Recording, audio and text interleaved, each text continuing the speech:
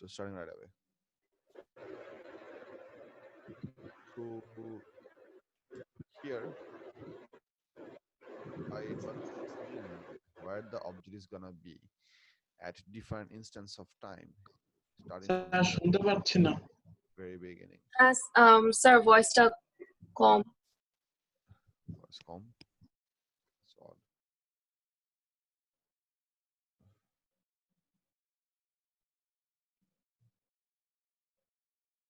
Hello, hello, hello. এখন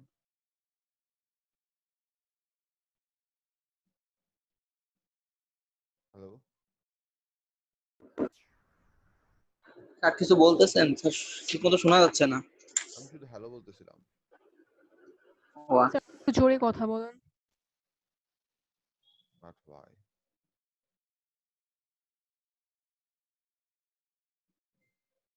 That's weird.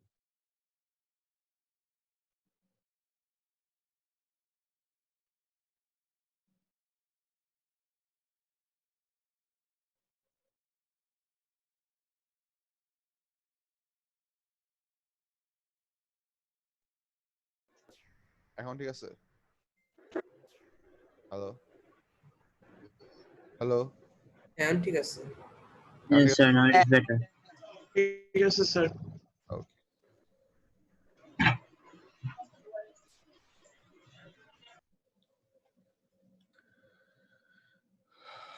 So what I was discussing over here, that I tried to do some sample calculation using this formula is equals to ut plus half at square, and I tried to show you that if we use the value of u, which was the initial velocity of the object that was thrown upwards at a certain time frame, and which was t equals to 0, and then t is the amount of time that we really want to find out what the object is at, and a happens to be the gravitational acceleration, which is to be placed in our equation as -10 because the acceleration is working downwards, and we considered upward as the positive direction for all the vector quantities involved for this mathematical procedure.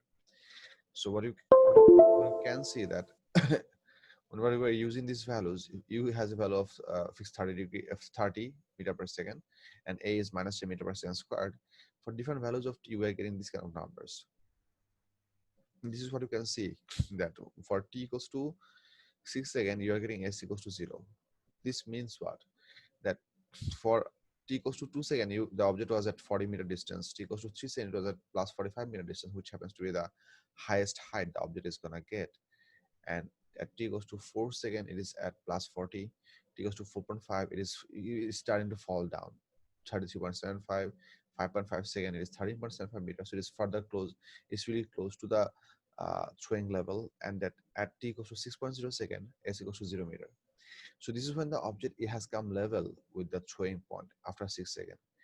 From this point onwards, it's gonna fall a further 4 seconds because the total traveling time, as per the question, was a total of 10 seconds. So if I start to place other values, let's say if I place t equals to let's say 7.0 second over here, in this case the displacement s will be something negative. So place t equals to 7.0 and then calculate how much do you get from this expression.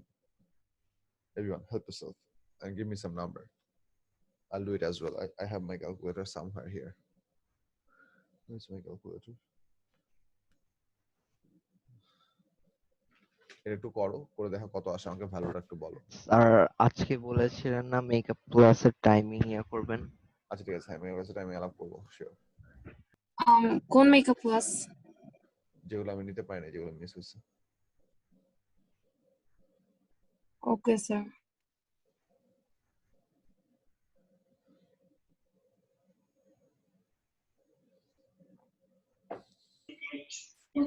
Sir আপনার ভয়েসটা একটু আরো loud করলে ভালো হতো। আমি তো অনেক জোরে কথা বলতেছি, শোনা যাচ্ছে না? আমি যখন চুপ করে আছি তখন শুনতেছো না? স্যার কম্পারেটিভলি অনেক লো শোনা যাচ্ছে। হ্যাঁ sir.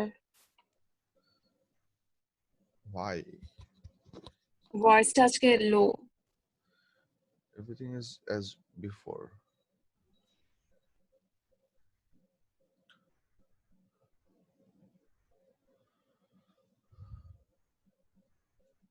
Sir.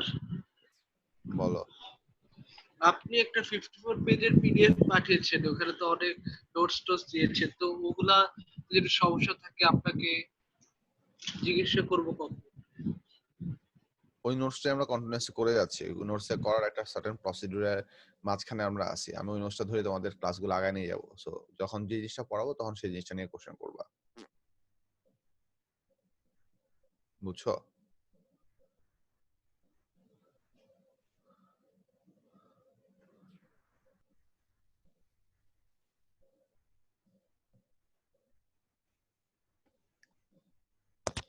Why is it that my sound is working low today? I mean, I don't get it. Sir আপনার কথাই আস্তে আসতেছে।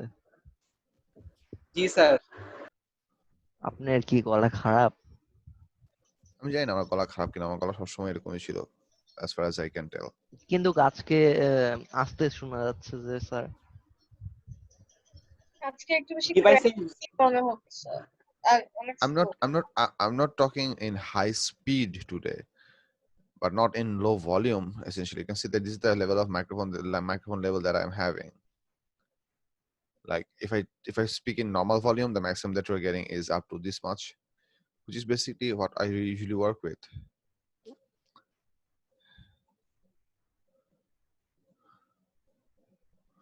No, not this one.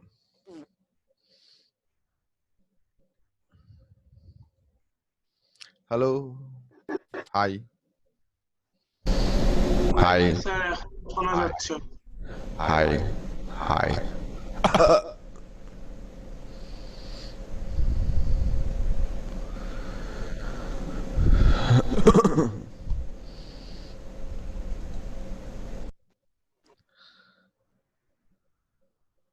Sir eco বাড়ছে।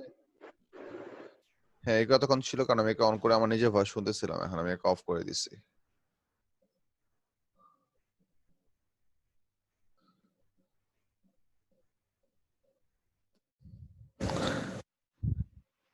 এখন কি অবস্থা? এখন প্রচুর নয় এখন শোনা শোনা যায়। হ্যাঁ স্যার এখন ভালো শোনা যাচ্ছে। বাট নয়েজ হচ্ছে না প্রচুর। জি স্যার ইয়েস স্যার একটু অনেক হয়ে যাচ্ছে। That's the problem. But if I increase this to a very high value, you're gonna continuously having intermittent noises. এখন কি অবস্থা?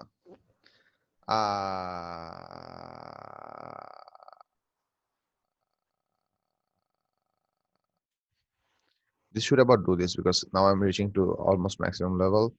When I'm talking and when I'm not talking, this is working at about 10%. Is this better? Yes, sir. Yes, sir. Okay. Let's keep it at it and see how far we can get. So how much is the value of S over here? Mamun.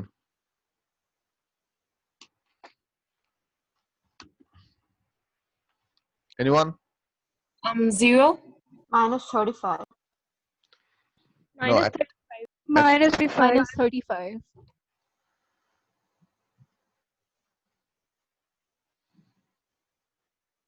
minus 35.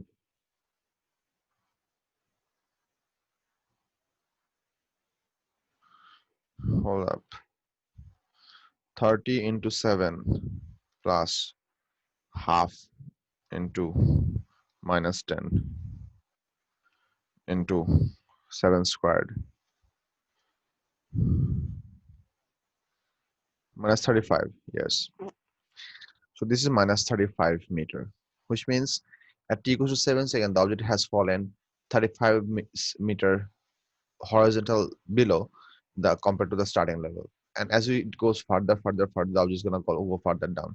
The entire point of showing you this calculation is to convince you of the fact that by placing the values appropriately regarding on their direction, plus and minus, if you place the time value, different time values, you're going to automatically get the position of the object based upon the plus or minus sign. Having a positive value for your calculated output of your displacement means the object is currently at a level higher than the starting point. Getting a negative value would essentially mean that the object is at a value lower than the starting point. So the equation will automatically give you plus and minus sign and tell you where the object is located at. Is it below the horizontal, below the starting level, or is it above the horizontal, above the starting level? So that's why what I was trying to show you with all of this calculation, that placing all the different values of t, you can automatically get positive and negative values out of the equation and understand where the object is at with respect to the starting point. এই পার্টটা কি বুঝা গেছে? Yes, sir. কার কোনো confusion?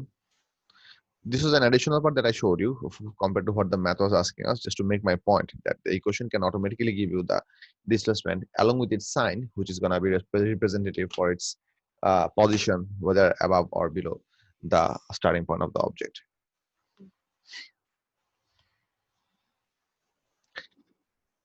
So, yeah.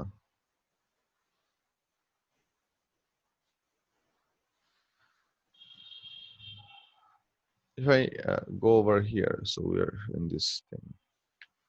Where are we at?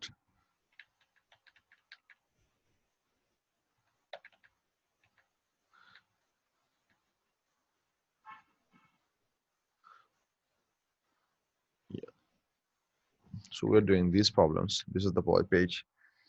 So from the graph, rather calculate the height of the cliff from the sea surface. So in this calculation, I mean, this was the last calculation that we're doing for this part. So for this calculation, what we did find out that at t equals to 10, I'm sorry, at t equals to 10, the total height would be minus 200 meter. This would be 200 meter.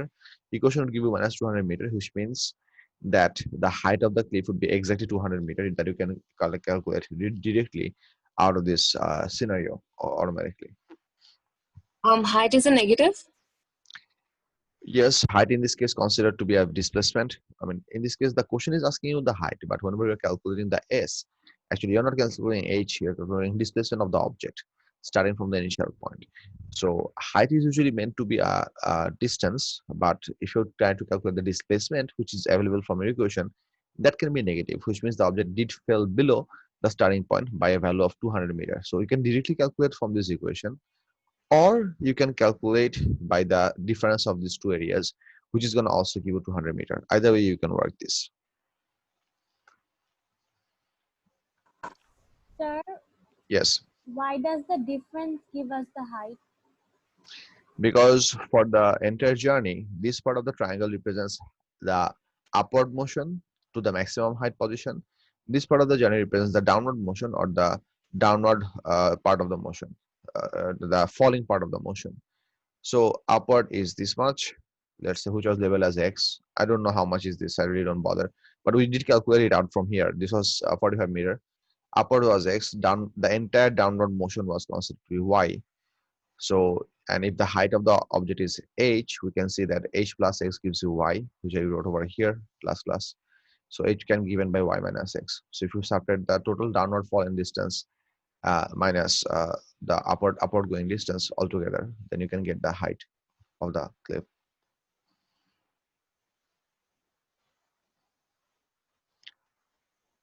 বুঝা গেছে?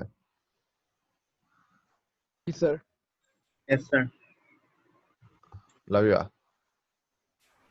Sir, but why does the green triangle one gives us the downward distance? Oh, Like because the green part. yeah, sure. Because up to this point, the velocity is positive. This is the point where the velocity is, I mean, at t equals to 3 second, the velocity is changing from positive to negative. Positive velocity means upward velocity. Negative velocity means downward velocity. So this is the this is the point of time where the object is turning back. So from t equals to 0 up to t equals to 3 second, it was continuously going up. At t equals to 3, it is momentarily at rest, which means it has come to stop, but it will not maintain this duration. Immediately after, it starts to go backwards. So this part of the graph belongs to the negative side of the y-axis. And what is the name of the y-axis here? The name of the y-axis over here is velocity. So if velocity is negative, it means downward motion. Right? Yes, sir. Buchi. Beautiful. So that brings us to the end of this set of problems that we have. I'm going to take a bit more time to discuss about the Newton's law that we have in this note a bit earlier. So I'm going to take these parts over here a little bit. So have a look. This is the Newton's first law. The Newton's first law is pretty simple. You kids might have come across this in your schools, or you might not have had. If you haven't, observe it now. Newton's first law tells us if resultant force working on any object is zero, the stationary object remains stationary and moving object will keep moving at the same speed in the same distance. In short, it means if resultant F equals to 0, then V equals to U. This is the simplest mathematical expression for Newton's first law. I mean, if resultant force working on an object is 0, this is given by this symbol. This teeth kind of symbol is the symbol for summation, which is a bit of an like E, but it's not entirely E. You can see this is the actual shape. There's a sum symbol. Uh, this is the handwritten version. The actual sum symbol or resultant symbol might look like this. Let me show you from the internet.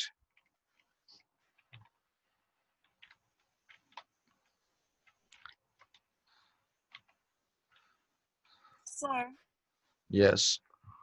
does the rotation of the Earth involves any resultant force?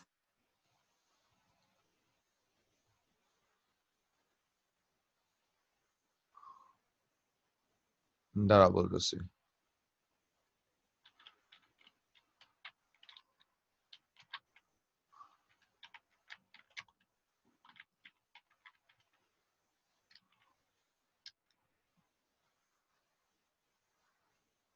এটা তো না, এটার নাম কি? Sigma, right? That's called sigma. I think. দেখতেছি তাহলে দ্বারা. Yes, that's sigma. This is the symbol for the resultant sum. Just Sigma.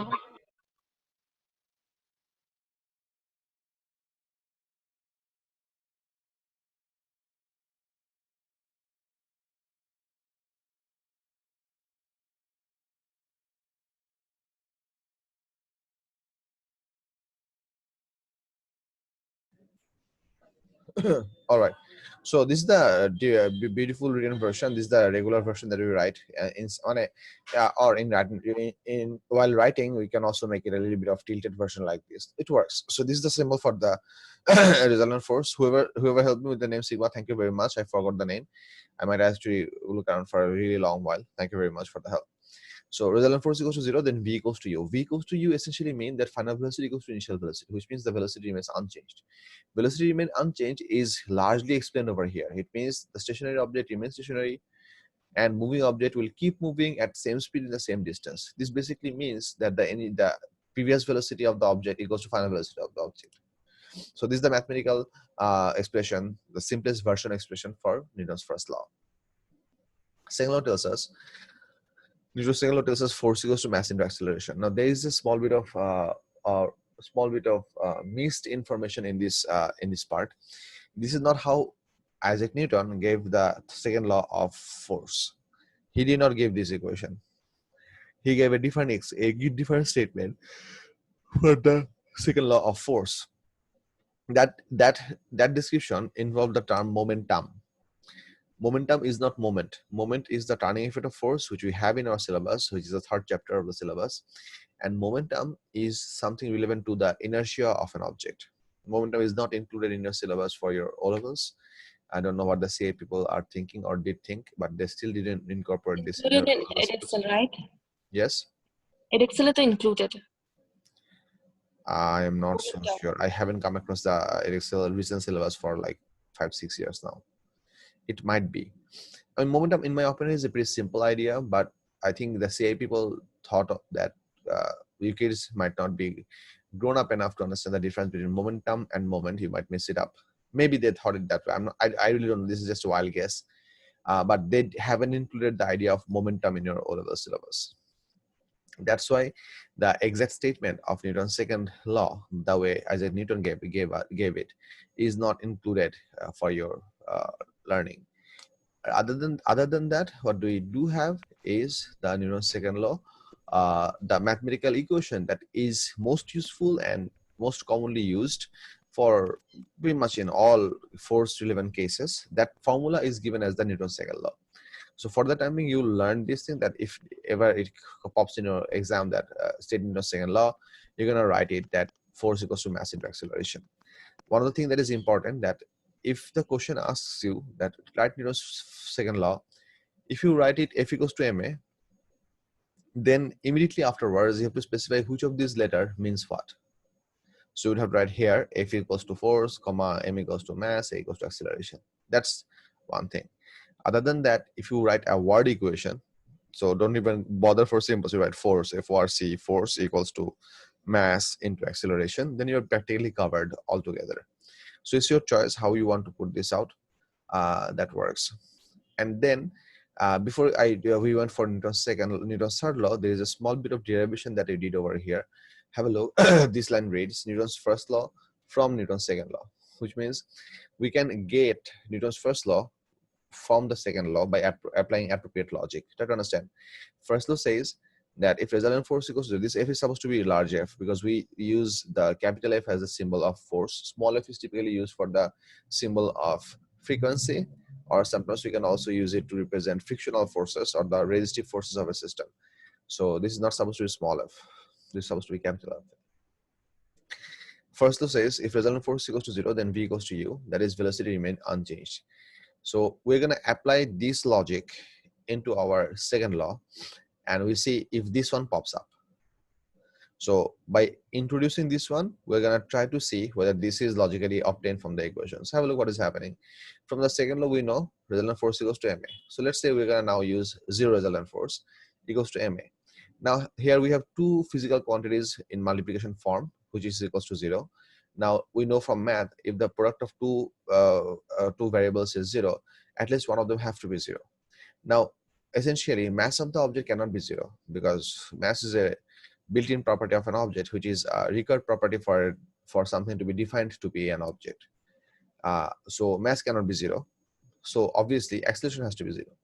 So if we divide the acceleration, we get v minus u divided by t. This is the equation for acceleration. So v minus u divided by t equals to 0. You do the cross multiplication, then you do the side change, you get v equals to u. This one looks like minus, but this is supposed to be equals to, because this is v minus equals to 0. This is supposed to be equals to. I think the two lines somehow got overlapped onto each other. This is supposed to be equals to u. So what we are having over here, that whenever we actually put in resultant force equals to 0 in the second equation through multiple levels of calculation, we ultimately found v equals to u, which means the first law can be obtained from the second law by applying appropriate logic, that resultant force being 0. So this is sort of a proof that can sometimes come around in your exam, or sometimes it can also be asking in your MCQ question, that which of the following can be derived from which law. So you have to know exclusively that first law can be derived from the second law, not the other way around. Not the other way around. And third law is not at all involved in this scenario. Here we do not have Newton's third law. Where is Newton's third law? I think I taught the case Newton's third law a bit earlier. Maybe a bit later. I don't know. Where is third law? Hi. Acha. এইখানে আছে Newton's third law.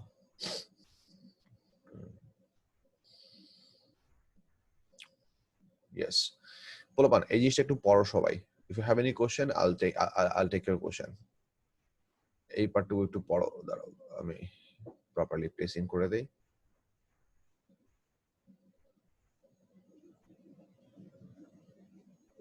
Why can't I properly place it? Bit more. Okay. No. হ্যাঁ, এই পার্টটুকু একটু সবাই পড়ো. আস্তে আস্তে. এই পার্টটুকু একটু পড়ো, এই ফিগারটা মিলায় পড়ো. কোনো কোশ্চেন থাকলে আমাকে কোশ্চেন করো.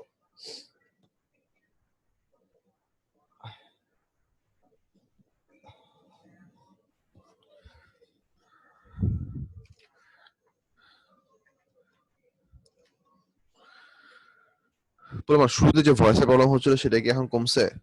মানে after adjusting the volume, is it Yes, better? sir. Sir. Yes, sir. আচ্ছা. Yes, sir. Akem Sami, why are you logged in from two devices? Sir, yeah, I have internet problems, মানে through my PC, তো তার জন্য আমি দুটো device use করতেছি, একটা দিয়ে শুনতেছি আর একটা দিয়ে লিখতেছি, মানে লিখতেছি, হ্যাঁ, বোর্ড দেখতেছি। আচ্ছা ঠিক আছে, সমস্যা নেই. Okay, make it work however it works better for you. No problem.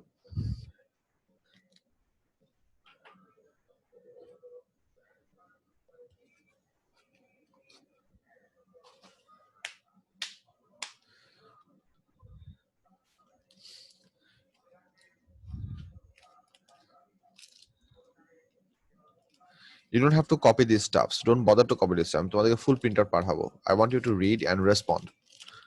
Don't start copying this whole thing sir because ওগুলা that কি would প্রিন্ট করা লাগবে? কি প্রিন্ট করা লাগবে আপনি যেগুলো পাঠাচ্ছেন? আমি তোমাদেরকে এই পর্যন্ত কোনো কিছু প্রিন্ট করতে বলি নাই unless I ask you to specifically print out something on your own. You don't have to print out anything. If you are expected to print out something, I'll tell you that print this out and help yourself. That didn't happen yet, which means you don't have to print out anything. Don't assume that you have to print out the PDFs that I'm sending you unless I ask you to specifically.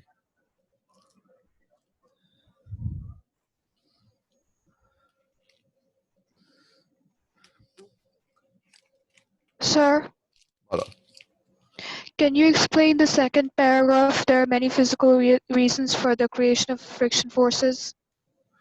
Oh, acha. There are many physical reasons for the creation of friction forces such as adhesion, van der Waals force, electrostatic attraction, magnetic attraction, gravitational attraction, and so on. What it means is that why would we require, or why would we have friction that exists between two objects? Why would there be friction between two objects? The reason is that whenever two objects are placed into contact with each other, they tend to attract each other, or they tend to stick up with each other by some forces. What are the physical reasons of these forces' existence?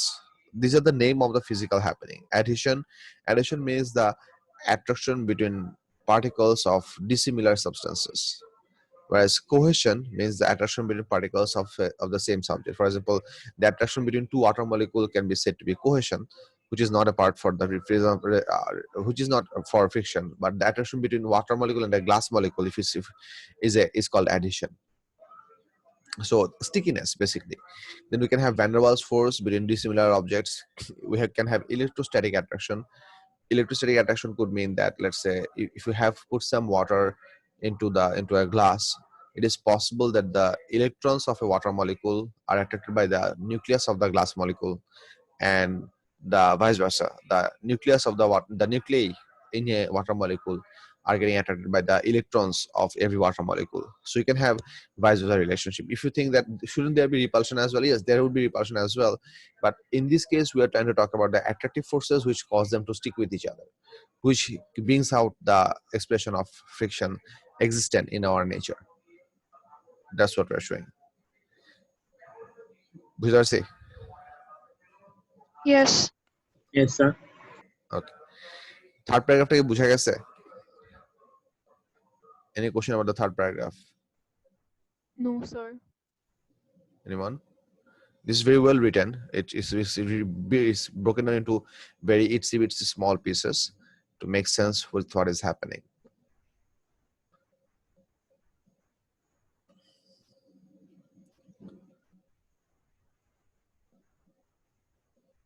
All right, I'm just going to summarize this whole third paragraph in two sentences. One is that our feet pushes the ground backwards, and by Newton's third law, ground pushes us forward, and we can only move forward by that reaction force.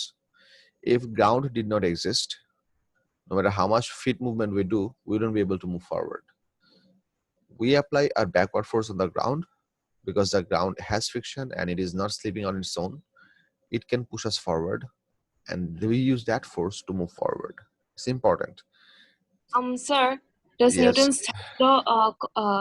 Newton's third law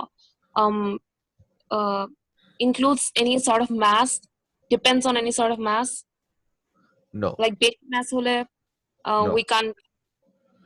It does not depend on any sort of mass. Newton's third law is one of those laws which is equally applicable from very large scale scenario, for example, in universe and stuff, or galaxy kind of things, to the very bottom of very small objects at the very small fraction of objects, for example, quarks or neutrinos. Even Newton's third law works everywhere equally. If two objects are exerting force onto each other, irrespective of their mass, charge, velocity, blah blah blah, whatever, irrespective of them, if two objects are exerting force onto each other by some mechanism, those two forces will always be happening by exactly equal amount. But Even if their masses are different? Even if their mass is different, the value of force should be exactly same. But whether that force produces an acceleration of the object, that is a different scenario. ওই scenario আমি একটু পরে আলাপ করবো, আমি তিনটে different example বলবো তোমাদেরকে যে এটা এখানে লেখা নাই। if we are like applying a force on the earth, and if the earth is applying a same force on us, then why it is not moving up? I'm gonna answer your question just a bit later. We have 5 properties of dinosaur over here. I'm gonna answer your question right over here. Okay, sir. I will get back to it. No, don't worry. I want you to guys to read the car example. This is a very common example that is included in your in quite a good number of your MCQ questions. So read it through. If you have any questions, it's the same thing, just only for a specific scenario of a car. So see if you have any questions from here.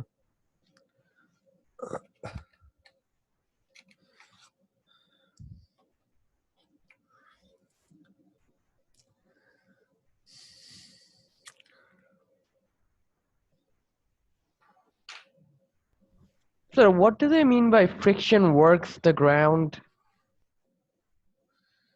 Because friction works, acha, and because friction works means that friction exists between the contact area of the tire and the road, which means as the tire tries to push the ground backwards due to friction, the ground tries to push the tire forward.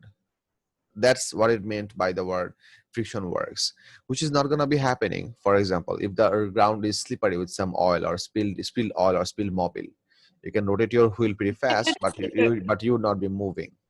Or it can also happen if you have loose sand or gravel onto a road, where your wheels might be rotating and continuously split out those loose sand or gravel, but you might still not be going forward. These are the cases where the friction is not working. The applied force of the object is actually pushing the material of the road, and the road is not strong enough to withstand the backward force produced from the car's tire. The road has to be strong enough to withstand that force. Only then the road can give an equal amount of force in the forward direction. Even if the road is slippery and consists of less friction, the Newton's third law will be the same, right? Newton's third law would still be the same, but the problem that would happen over here is that in the process of rotation, the car, because the friction force would be less, so there will be less adhesion between the tire material and the road material. So the force that the tire would be able to apply on the road would become smaller, and the force that the tire is going to get from the road is also going to be smaller, which means that both of the length of these arrows are going to become extremely small, which is not going to be good enough to move the car. Because yes, sir. বুঝা গেছে?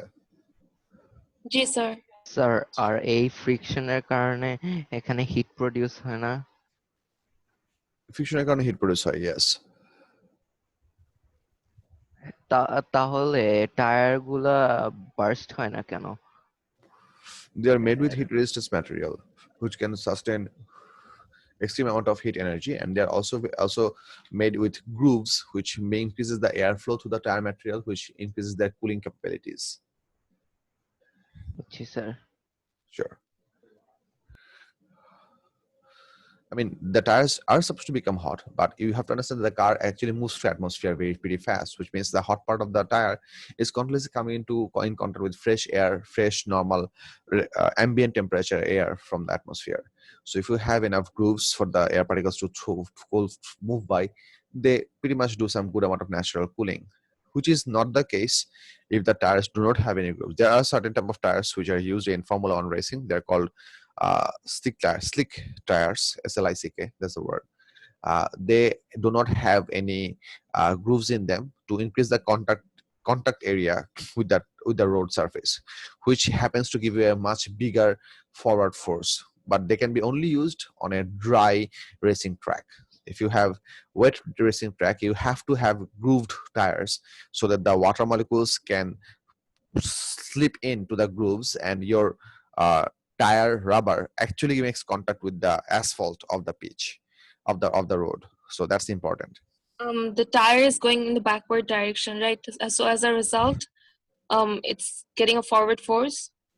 No, I believe what you're trying to say is correct, but what you're choosing as your wording is slightly wrong. The tire is not going backward direction. The way we describe this, that the tire in this case is rotating in clockwise direction. Have a look, this arrow. Yeah, Yes.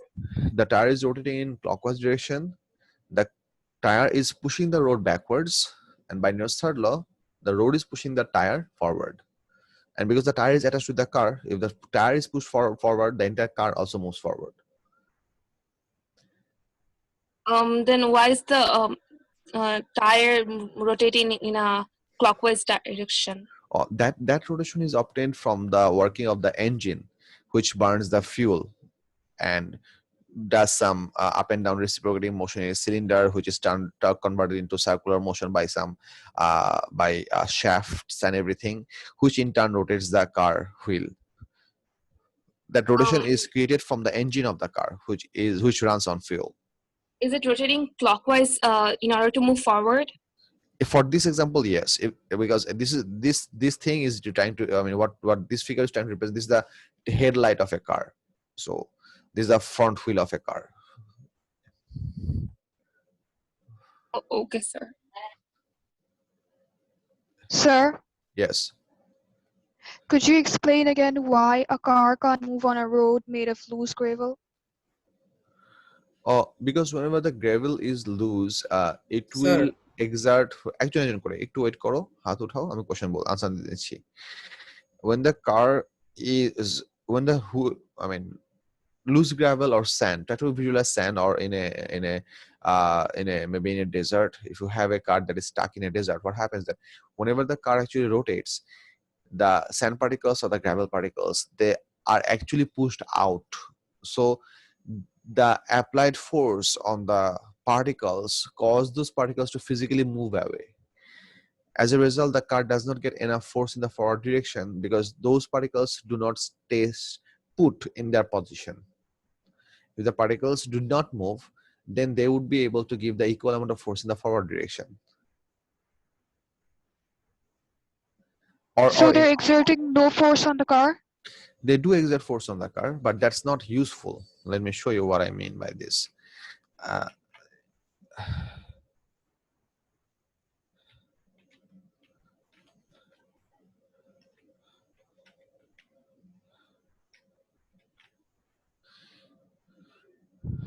So let's say this is the scenario. I actually need to bring it a bit down. That's too slow. So let's say if this car is located on loose sand, then as the wheel is going to rotate, the sand is all the sand particles are not going to be pushed in the horizontal left.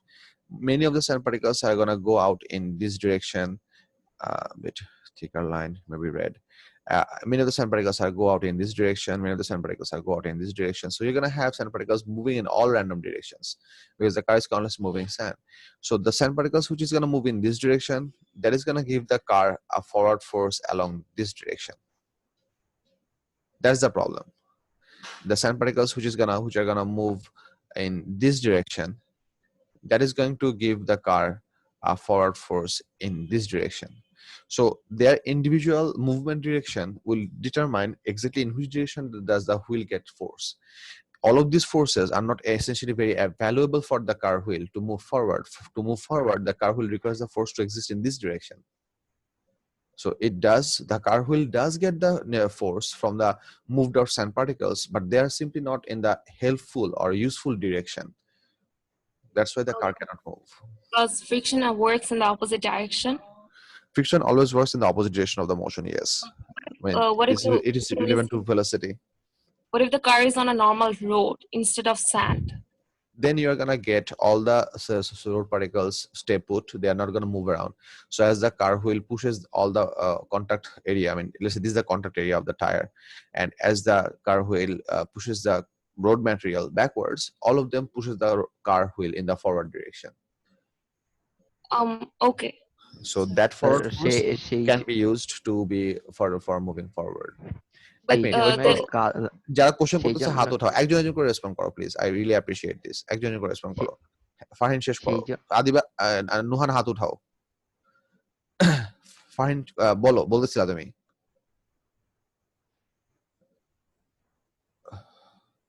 আমি মাত্র কার সাথে কথা বলতেছিলাম?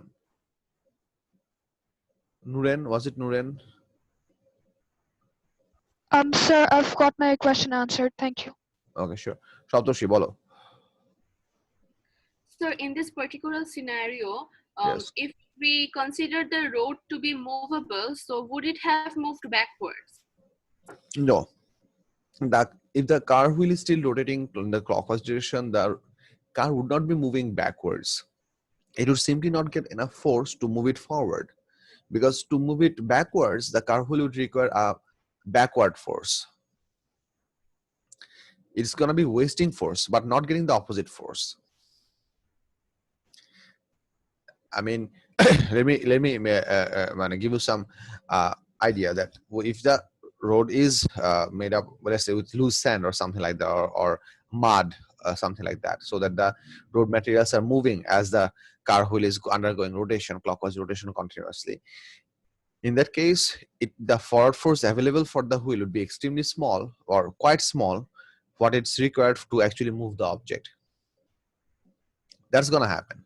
But that rotation cannot give you a backward force because this contact surface is still pushing the loose road material in this direction, and the road is trying to push the car in the forward direction. But that is not happening at a very large value. Why? Because in that scenario, many of the super particles or the road materials are getting split in random direction. You're not going to get a resultant force on the wheel that is going to work backwards, but you're going to have this forward force to become small.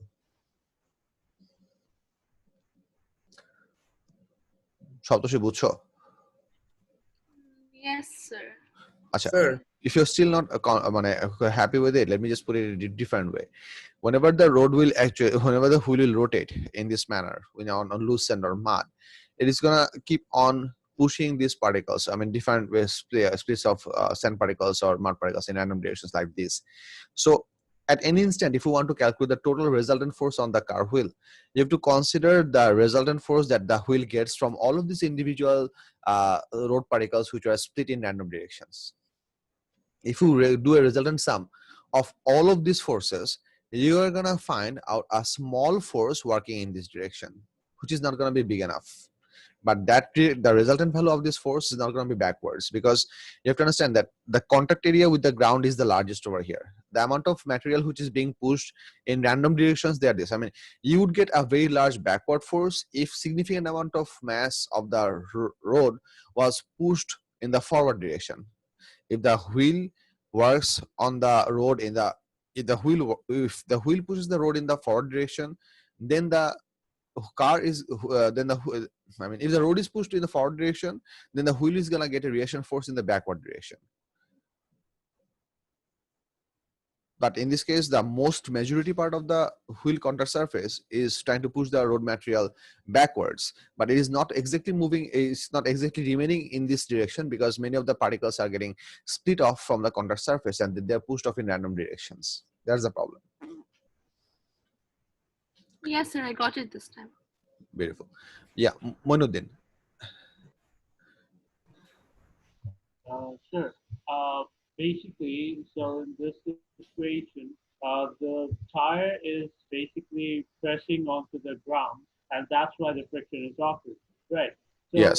does pressure have any effect on friction, like as on the amount of friction that is being applied? The tire pressure that you're asking about? Yes. Yes. Yeah, the tire pressure actually does not essentially control how much force you can get, but the tire pressure has a very large effect on how much contact area on that with the tire and the road surface you're gonna get. For example, if you have let's say if you have if you don't have a rubber made tire, let's say if you have a metal made cylindrical কি বলে roller kind of wheel, which is possible for the road flattening bulldozers kind of stuffs.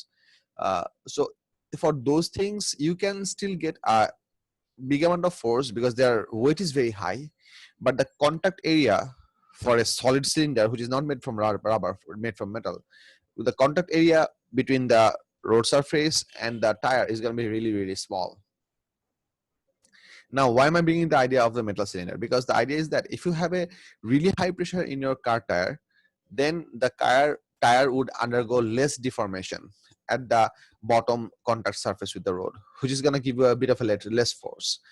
If you have a bit of a less pressure, then the contact area will become more. So the bigger contact area that you get, the more force you should be able to withstand. But there is a limit for this.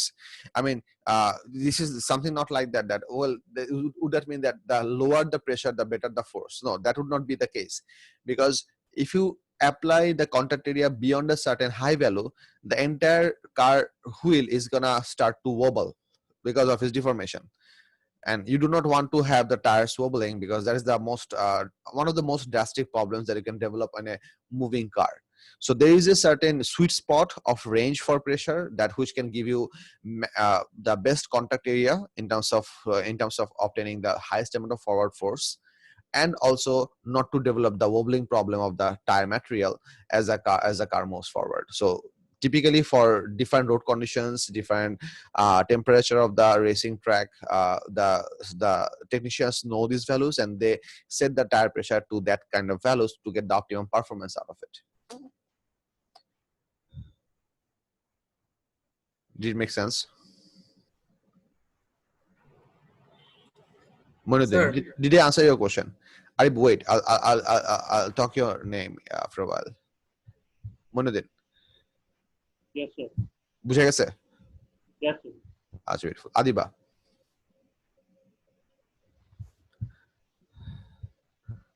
Adiba Amir Siddeka, go ahead.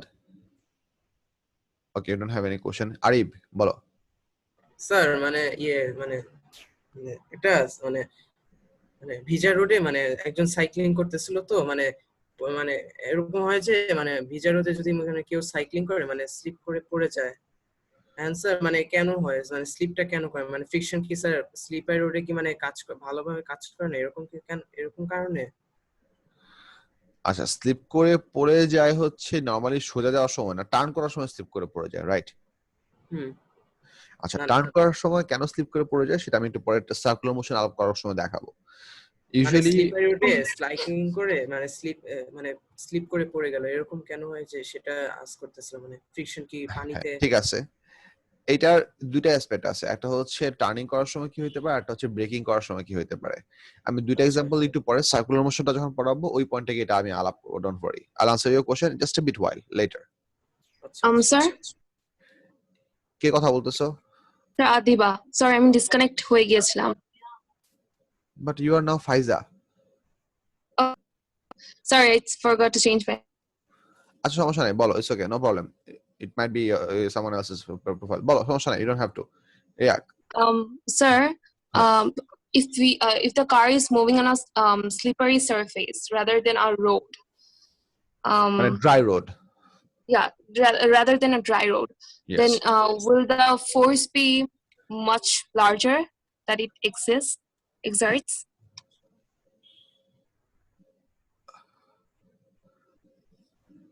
মানে the force that is provided from the tire or force that it gains back from the road, which one are you asking about? Because we have two forces here. Force that it provides by the tire and also the road.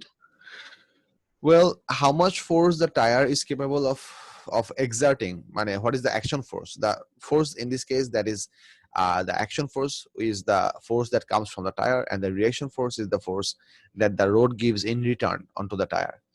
How much action force can you get out of your tire is exclusively dependent on how much accelerator are you pressing inside the car.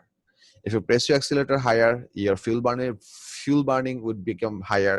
Your pistons are gonna move faster. You're gonna producing more torque, which is gonna eventually give you more force, action force from the tire.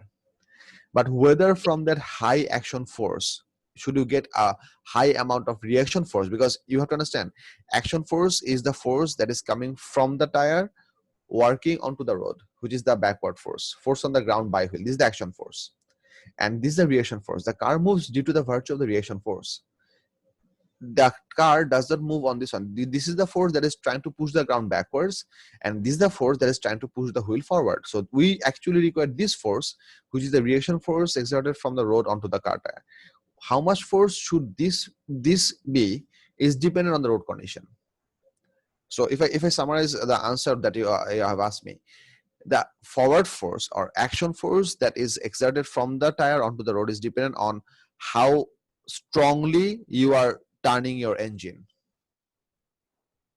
And how much reaction force can you get out of your road is dependent on the road condition and the tire condition and the weather condition, a lot of other factors apart from the action force. Action force is also a value. I mean, you can never get a reaction force that is bigger than the action force, but it can be somewhat smaller.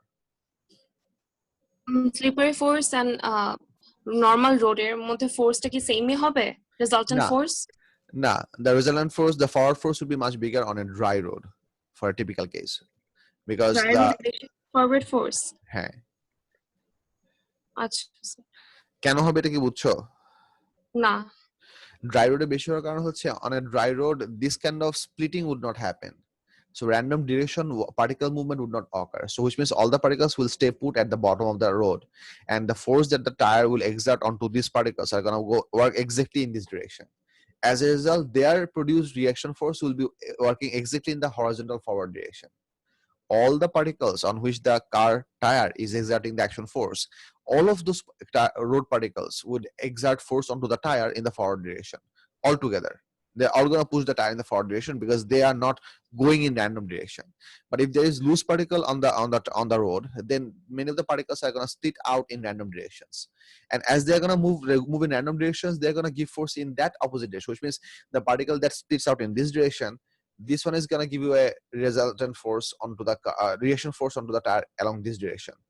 So road particle গুলো যেদিকে push হচ্ছে তাদের exerted reaction force হবে ওইটার উল্টা দিকে. So as a result, all of the reaction forces available from all of these short particles, they will not work in the forward direction anymore because they are working in random directions. So the resultant is going to be much more smaller. Sir, but slippery surface তো same. কারণ তো কোনো sand particles নেই. Well, slippery surface,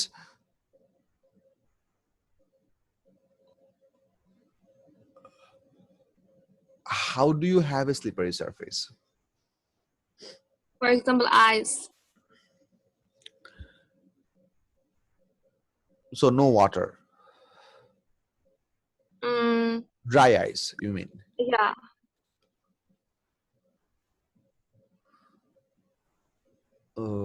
Okay, wait, let me answer your question. Oh yeah, for drier scenario, the adhesion force between the rubber tire and the ice particle is very small by virtue. I mean, the way I can show you this is that, let's say this is a rubber tire particle. Let's say I'm gonna color this with dark blue.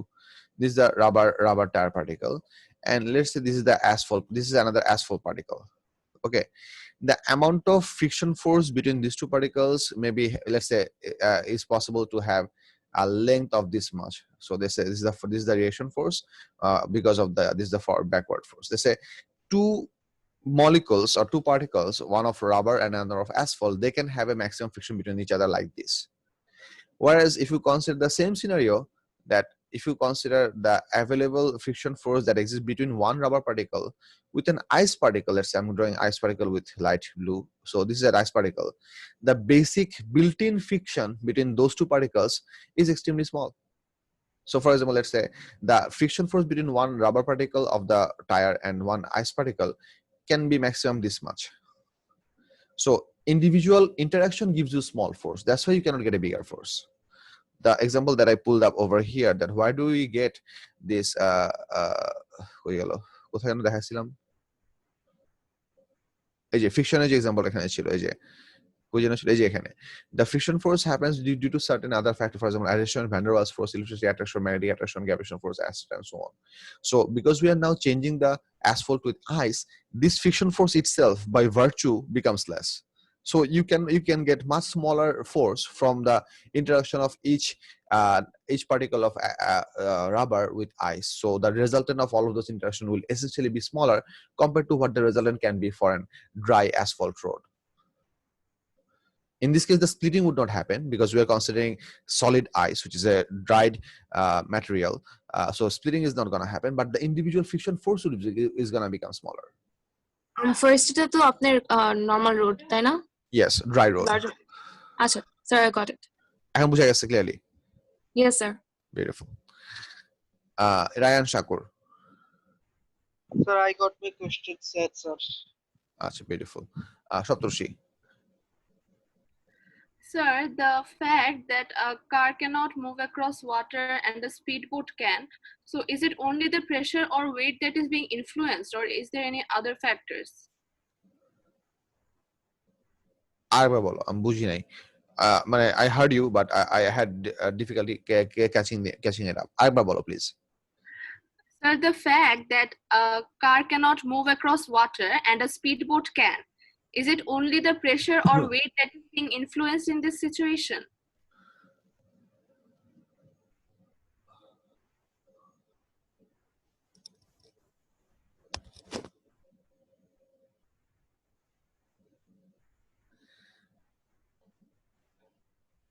বলতেছি। There are many different levels that I can answer this question with. I mean, there are many different level of information that I can incorporate. I'm trying to choose exactly what I should tell you. Give me some time. Okay. Water happens to be a fluid material which is naturally going to move, water particles are naturally going to move around. If you try to push some heavy objects through it, they're going to move around and make space for the heavy object. A car has 4 wheels which are designed to make contact on a solid road and get the forward force like that. It is not designed to float on water. It is simply not designed for that purpose. Whereas a speedboat has a flotation mechanism because the bottom is really large and curved and wide.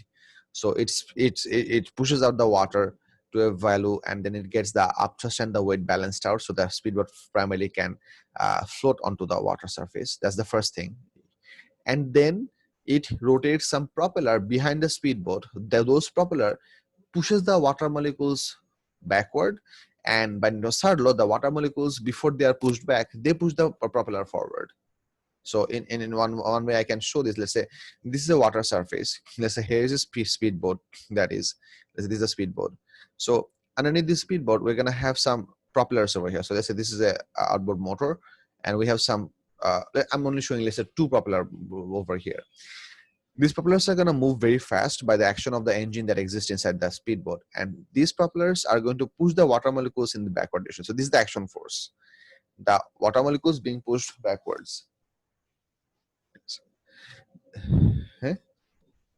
To coffee okay. Thank you. The water molecules are being pushed to the backwards, and the reaction force of the water molecules is going to be forward. So the force that the speedboat gets is the blue forces. The force that the water molecules get is the red forces. That's why the speedboat can move forward and does not sink. Now we could essentially make a floating. We could make a car that could also move into water by doing some significant design changes. For example, if I give you a simple idea, most tactical tank, do you know what a tank is? Like shooting tanks, like. Of course, yes. Yes, sir. Not the pani tanky, the armored vehicle for army tank. For warfare, exactly. Tanks. Most tanks are designed in a way that they are basically hexagonal or octagonal or a complex hollow shell inside which you have the people and the shooting mechanism, the driver and everyone, and they have chains on their right side which propel the thing to forward. And usually this hollow thing, which is called the hull of the tank or the fuselage. Fuselage is more commonly used for actually aeroplanes. Okay, let's say hull. The entire hull of the tank can be designed to be leak proof. So tanks can very well go into water, and even though they're extremely happy, all the air that you trap inside that hull, that can make the tank flow, maybe by a small amount, but it will not sink all the way to the bottom of an ocean if properly designed. And then by rotating those propeller, you can produce a similar effect what the speedboat propeller can do. So let's say this is a tank, this is a water level, and let's say this is a tank which is floating halfway on water surface. So let's say this is the tank shape, and here is the dome, and this is the gunning mechanism. Okay, so this is now halfway sink. So what is happening? The belt of the tank goes around the shape like this, right? Belt means the chain that propels the tank. Now, if the driver simply puts their accelerator on, this belt is going to keep moving, and so this red belt is going to move this way. In moving this way, because it has different parts of it, I mean, it's not essentially a smooth surface, it has grooves and everything. That movement of the belt is going to push the water molecules in this way, and the belt is gonna get a forward force in this way. I should not show you this two arrows over here. I should show these two arrows over here. I'm just showing them over here to make sense. They're supposed to be of equal length, so I should make this a bit longer. So the chain pushes the water molecules backwards, and the water molecules by Newton's third law push the chain forward, so the tank can essentially go forward. So a tank can float in water, unlike a regular car, because a regular car is simply not designed to float in water, if that makes sense. Question? Yes, sir, I got it. Satosh, বুঝা গেছে clearly? Yes, sir. Beautiful. So any for আচ্ছা, এই ফ্রিকশনের এই কনসেপ্টটাকে বুঝা গেছে? ফ্রিকশনের concept actually unique. আমি এই ডিসকাশনটা হয়তো নিজে থেকে করতাম না, unless Amira, am I correct? Yes, sir. Yeah, unless Amira asked me this question, but this is a very important factor, that not only the looseness of the track matter, it also matters what the track is made up from. I mean, asphalt track is going to give you one type of friction, ice track is going to give you another type of friction. So they are not going to give you the same type of friction. So if you have change of the two interacting particles, one of them, then you can have different value of friction. Maybe on an ice track, I mean, you can change the property of this rubber, or maybe you can design a wheel that has a totally different material other than rubber, maybe with ceramic or some sort of special plastic, which can still give you a bigger amount of force like that. Maybe in that case you can get a much higher force. Maybe it's possible. But if you consider regular tire material with asphalt and regular tire material with ice, individual interaction between ice particle and individual interaction between these two is going to give you a much bigger frictional force compared to individual interaction of these two particles. That's a very important factor which plays a very large role in the case of designing appropriate vehicles for different weather conditions. Sir, so the car can't move smoothly on ice because the tire can't adhere as well to the ice as it does to the asphalt. Exactly. And this also makes accidents more prone, because the thing is that whenever you are pressing onto your accelerator, I mean, your car is designed to, I mean, every car in generally speaking, unless it's a car designed to move in the Arctic poles or something like that, every car is designed to work on asphalt or regular road.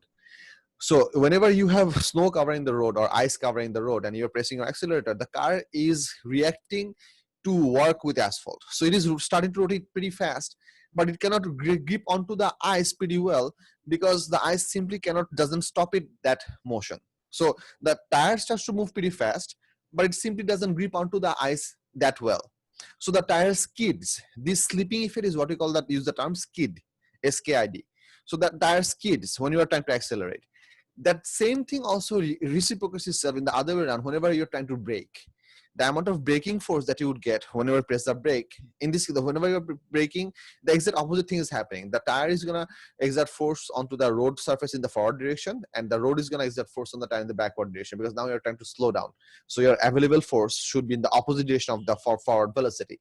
So in the same thing happens in the case of braking, that whenever the driver presses the brakes, the tire tries to freeze up, but they cannot simply grab onto the ice surface as much that they are designed or they were taught to, because the ice is not what they were made up to work with. So now in that case also the tire skids, and the car covers longer distance than usual before it comes to stop, which makes accidents more prone. So on ice, the force exerted by the car is smaller than it would be on asphalt? Yes, the answer is a solid yes. Thank you, sir. Sure. তোমরা মাঝখানে আরো অনেকে হাত উঠাইছিল, তোমাদের এই কোশ্চেনগুলো কি মানে ডিসকাশনের মাঝখানে আনসার হয়ে গেছে, হাত নামায় ফেলছো, or you are just not feeling like answering it, asking it?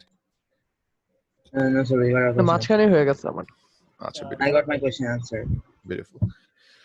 So এটুকু গেল, আমরা এখন তারপরের পার্টটা একটু দেখি। এখানে আমাদের তারপরের পার্টটাতে আছে হচ্ছে নিউটনস থার্ড ল এর 5টা প্রপার্টি। আমরা এই কয়টা জিনিস শুরু দেখি। This are the two examples for Newton's third law. This 5 properties should make better sense to you. এটা একটু পড়ো তারপর আমি আলাপ করতেছি।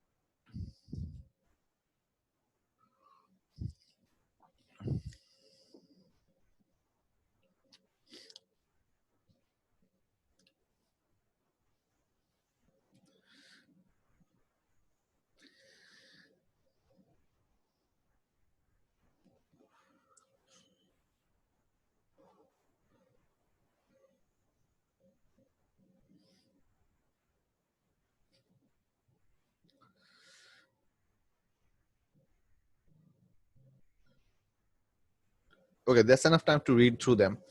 Before I go ahead and explore these 5 properties, I'm going to tell you 3 different scenarios, which I always tell in the class of Newton's third law. I want all of you to listen to these 3 scenarios very carefully and ask me relevant questions afterwards. Maybe you wouldn't have any questions, which is good. But if you do have any questions, always ask me questions, please. First scenario is a goalkeeper of a football match is taking a goal kick. Do you guys know what a goal kick is? Or maybe Yes. a basic football is taking a free kick. What happens in the process of taking a free kick? The player takes a short run up and they're moving pretty fast and then they take the kick. Now, assume this. Let's say Roberto Carlos is taking his really large run up to make that famous banana kick. And right at the instance that his feet was supposed to kick the ball, let's say the ball magically vanishes. What is going to happen? Should Roberto Carlos be okay or France ম্যাচটা জিতে যাবে। France match জিতে যাবে? হ্যাঁ, that should happen. But apart from that, what should happen to Roberto Carlos at that instance if the ball magically vanishes at that instance? বাতাসে He'll লাথি fall দিবে। down. He will fall on his back. He's gonna fall down and roll over He's onto the gonna ground, right? fall, yeah. Yes, He's gonna fall. He Now, will why fall. does he fall? So this is essentially what is happening. Try to understand. He takes a pretty big run up, kicks the ball. The ball shoots itself at a very high speed, and Roberto Carlos pretty much becomes stationary at that point, right? So try to understand this thing. One of your kids actually asked me about that, whether the Newton's third law pair of forces have anything to do with the mass. The magnitude of the force doesn't have anything to do with the mass, but the acceleration that force will create on that object has everything to do with the mass, because force equals to mass into acceleration. Try to think about it. If you apply the same amount of force on a small object, you're going to get a large acceleration. Whereas if the object is very big or massive, the acceleration is going to be small, because the idea is very simple. The product of mass and acceleration should give you the value of the force. So if mass is small, acceleration has to be big. If mass is large, acceleration will be small. Think about it. When the football kick is made, the ball is seen to shoot itself away at a really high speed. So apparently it gains a very high velocity from that small contact point with the feet. I mean, think about it. When the kick is made, the feet of the footballer actually makes contact with the ball for a small duration of time. The ball gets accelerated and then the ball moves forward. So there's a small bit of time, fraction of a second, which you can see by a very high speed camera, other than we cannot see it, for which the feet is in contact with the ball.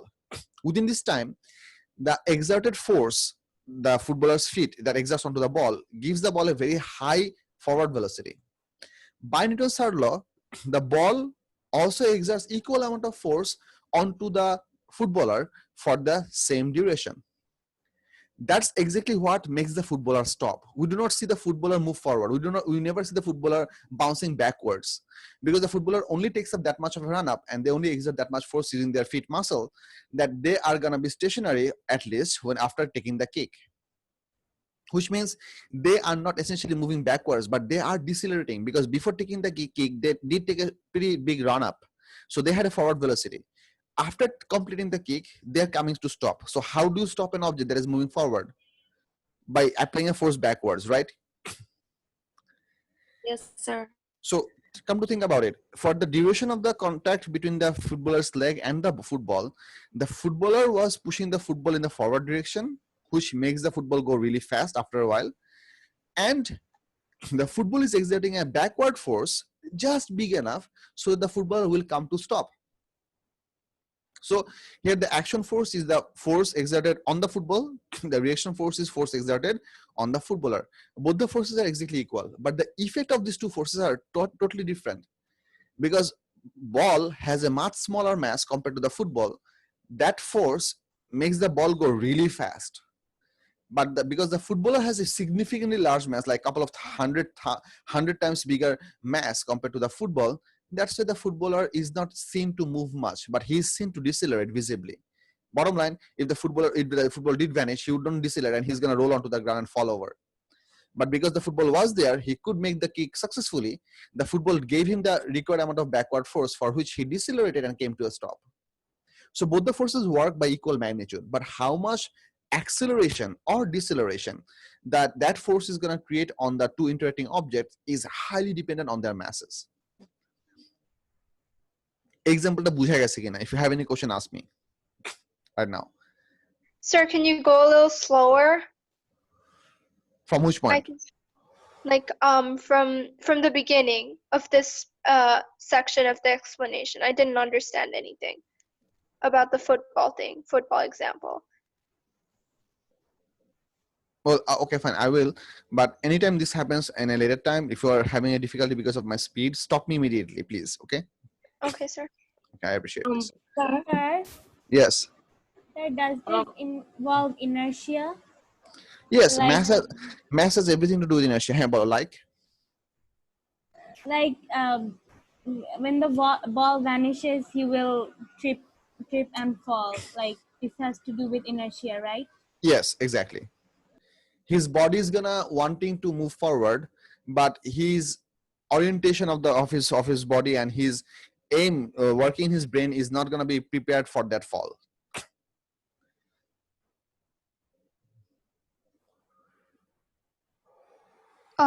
Is the footballer guaranteed to fall backwards, or can he fall back on any other direction as well?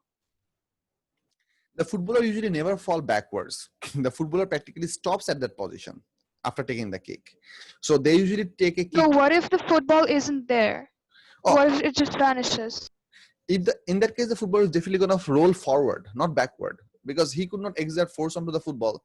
So the football did not give him any force because the football just vanished. So he's going to move forward because of his inertia, like Newton's first law, because there was no exerted force onto the footballer's feet coming from the football because there was no collision.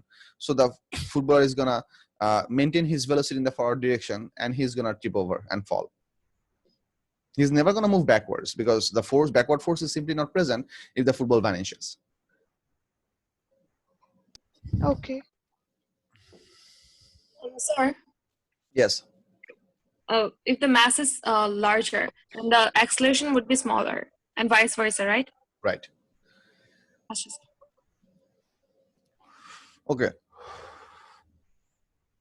Fabiha, I'll discuss the whole entire problem with you after I upload the lecture, and I'll talk to you in person in Messenger chat. I really don't want to do the whole thing for the entire class. I'm gonna do 2 more examples. So you listen to these 2 examples, things will be very clear to you for the other 2 examples as well.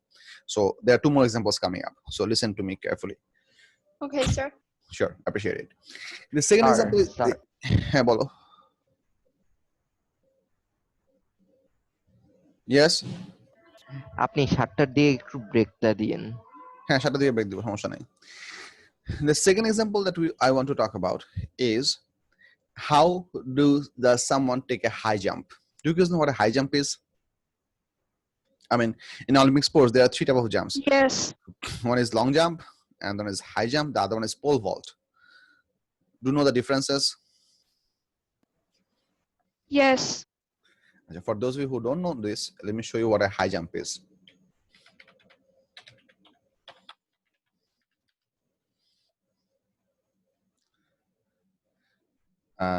Videos. This is what a high jump looks like.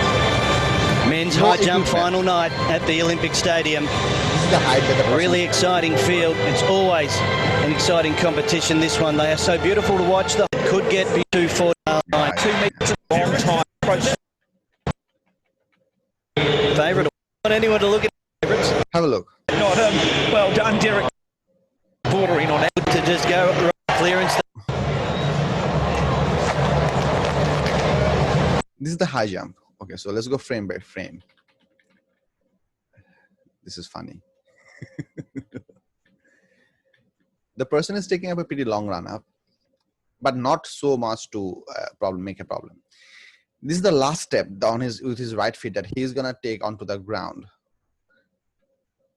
and he's gonna make a very large leap with his entire body,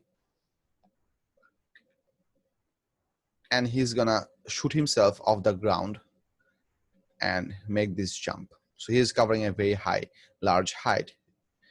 The turning is needed because that mechanism allows them to cover a really large height. So that's one thing.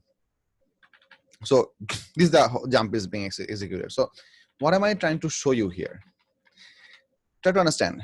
When the high jumper is actually taking the jump, let's play this at half speed. Half speed.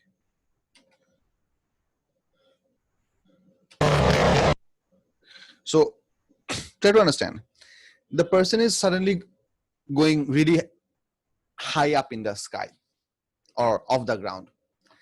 If you're trying to move something in some direction, if you want to accelerate an object in the upward direction, you essentially require an upward force because acceleration comes from force. Where is this upward force coming from? As the person is taking the jump, two objects are interacting. What are those two objects? One is the person's body. What is the second object? Ground. Ground. Ground. Can everybody agree that the second object is ground? Yes. Ground. Sir. Exactly. Yes. So at the instance of taking the jump, the person pushes onto the ground with a really large speed, with a really large force. So he pushes onto the ground, which is the action force, through his leg, in this case the right leg. And by Newton's third law, the ground / earth gives the person an equal amount of force in the upward direction. So maybe in this case, the person pushed, let's say, 500 Newton of force in the downward direction. The earth also gave the person 500 Newton force in the upward direction for the duration of the contact between his feet and the ground. This 500 Newton of force is significant enough for the person's mass to make them really take a high jump.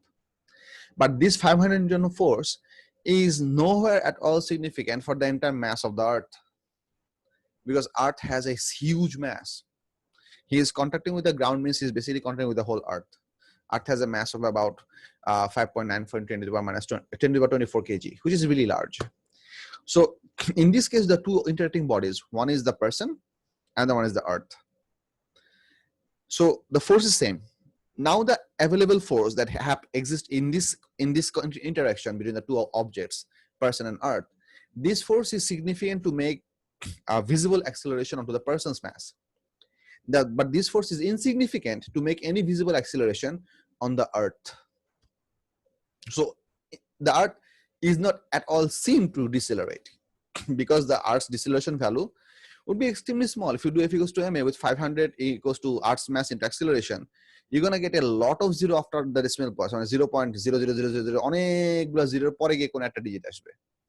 Mathematically you can calculate this, but this would be by all means insignificant, negligible / practically zero. So the earth does not decelerate. The point that I'm trying to make, in this case, the action force effect, which means person's force onto earth, is not making any visible effect. But the opposite thing, the reaction force of earth onto the person, is making a visible effect. So which force, action force or reaction force, should be visible to make the acceleration is largely dependent upon the object's mass. The forces are always going to be the same. The forces are always going to be the same. But the effect of the force visibility of effect of the force is dependent on the relevant object's mass. Less mass objects would accelerate more mass objects would accelerate less. Example বুঝা গেছে কিনা?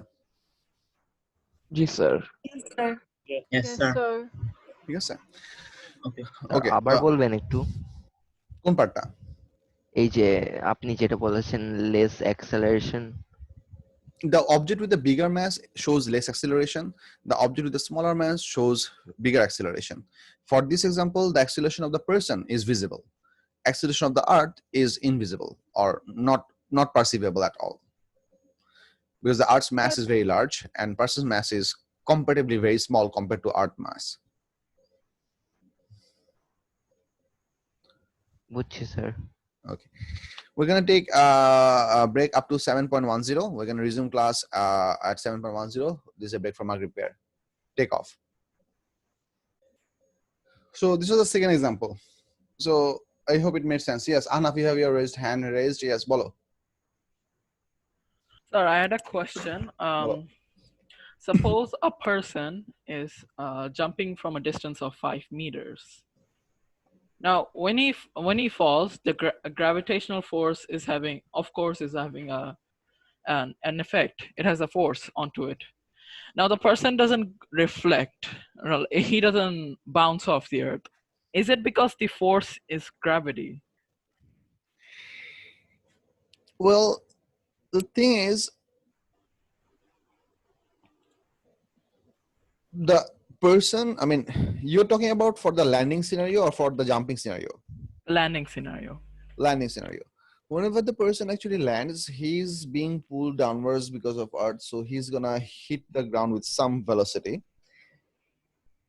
He is not seen to bounce back like a regular ball, steel ball or rubber ball, something like that, because whenever we usually fall using our hands and legs and our muscles, we usually cushion the falling. Cushioning a fall essentially means that we distribute that time of the deceleration in this case over a larger duration of time. So let's say if sir কেউ একজন প্রশ্ন জিজ্ঞেস করতে যাচ্ছে। হ্যাঁ, তাদেরকে হাত ধরাইতে হবে, বিকজ আমি কোশ্চেন অলরেডি আনসার করতেছি, একটা কথা বলতেছি, আমি একসাথে দুইটা কোশ্চেন আনসার করতে পারবো না।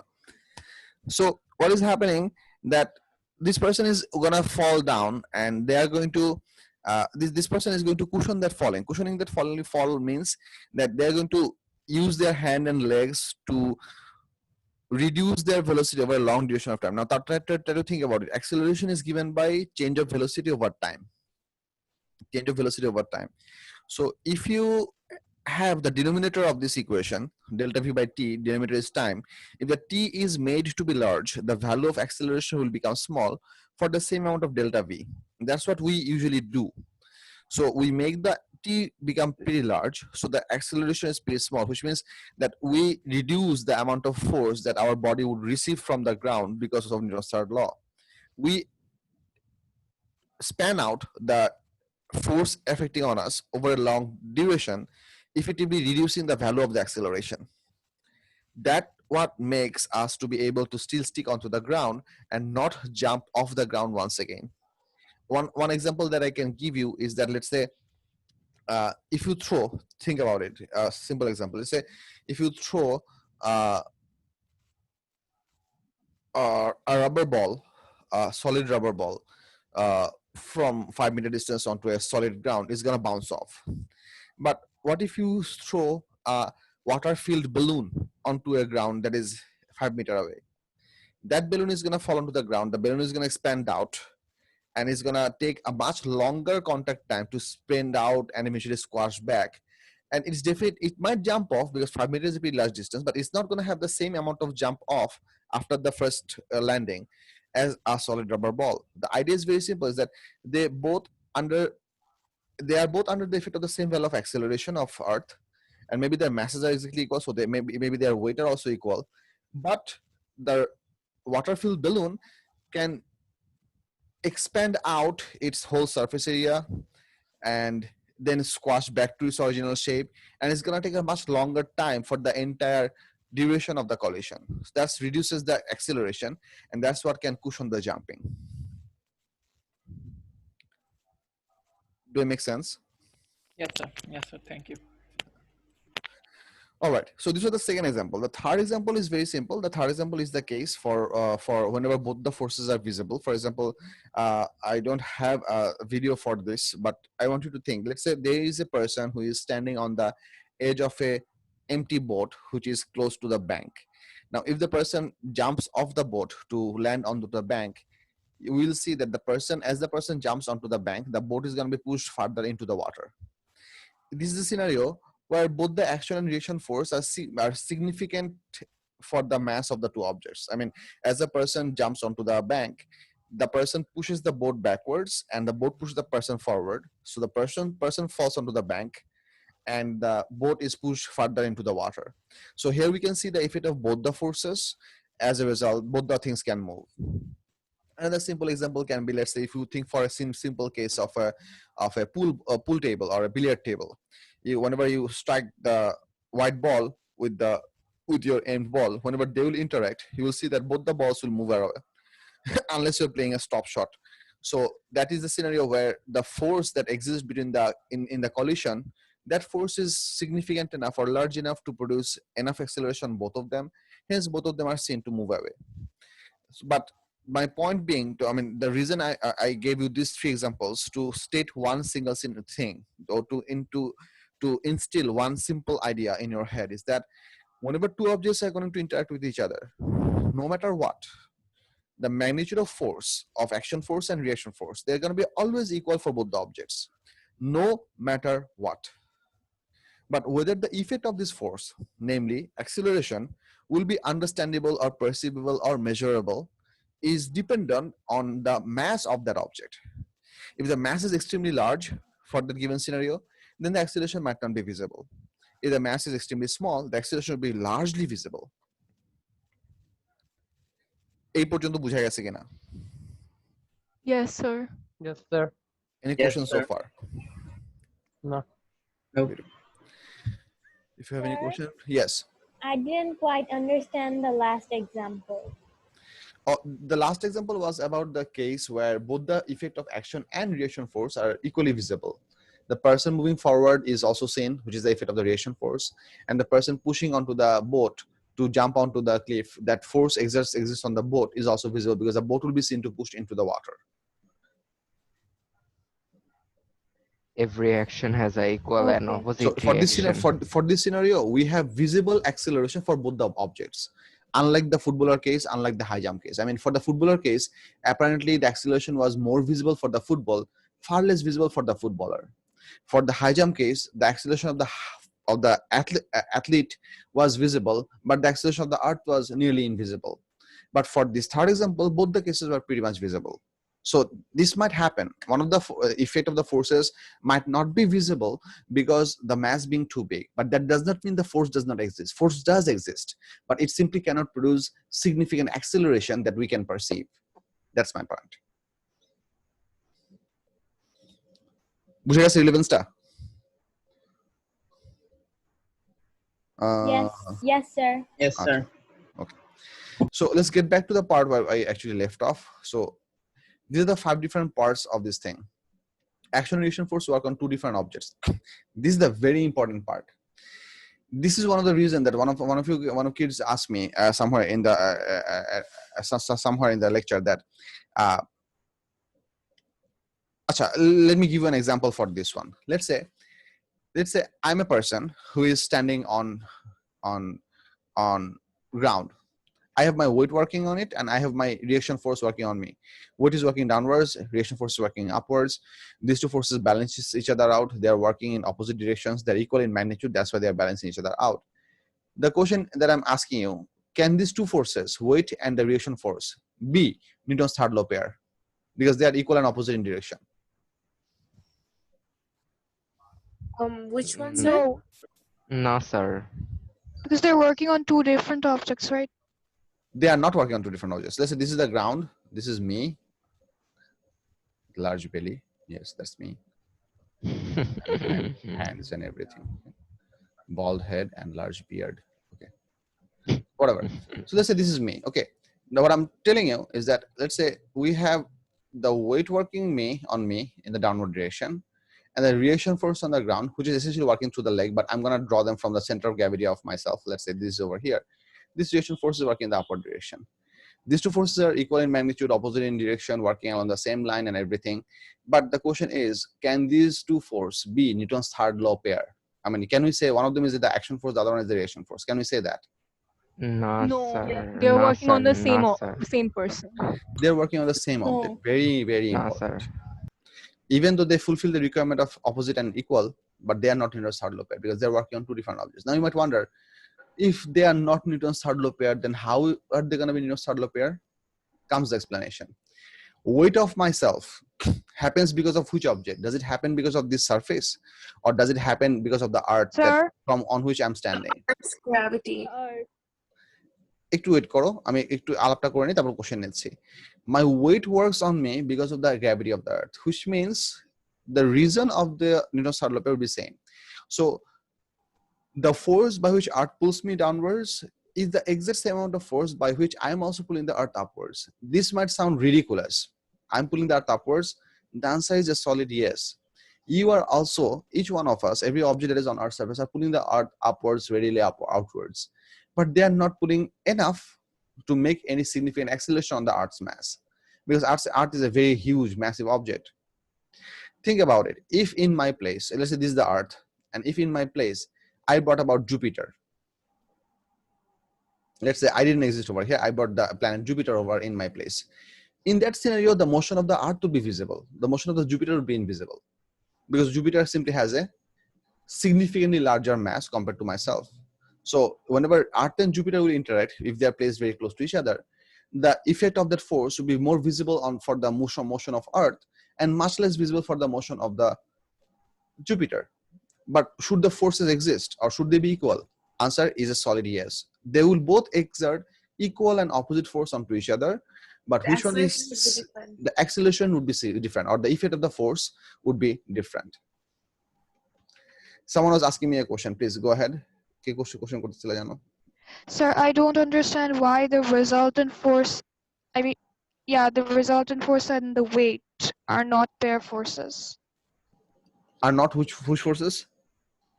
Pair forces. Why? Oh, because of the first logic that we have shown over here.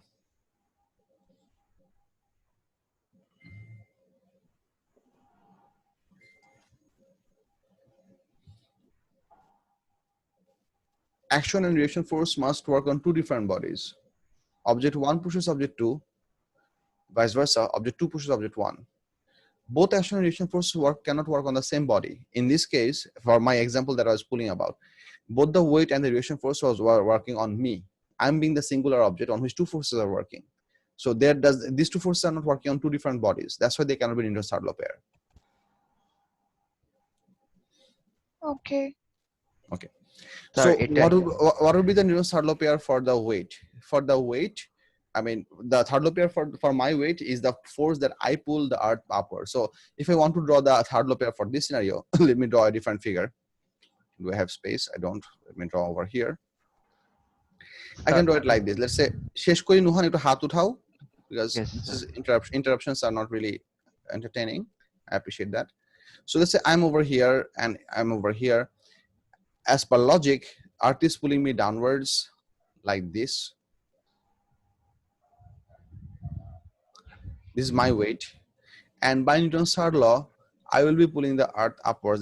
I'm showing this with green just to make sense with you. I'll be pulling upwards by the same amount of force W. So this figure is not drawn to scale, obviously. I cannot be this much big for the size of the earth. Figure not drawn to scale, very important information. But the length of these two arrows for a practical figure should be exactly equal, because these two forces are supposed to be exactly same. Earth will pulling me towards its center. I'll be pulling earth towards my center. Center in this case means center of gravity. So that's how these are the two Newton's third law pair.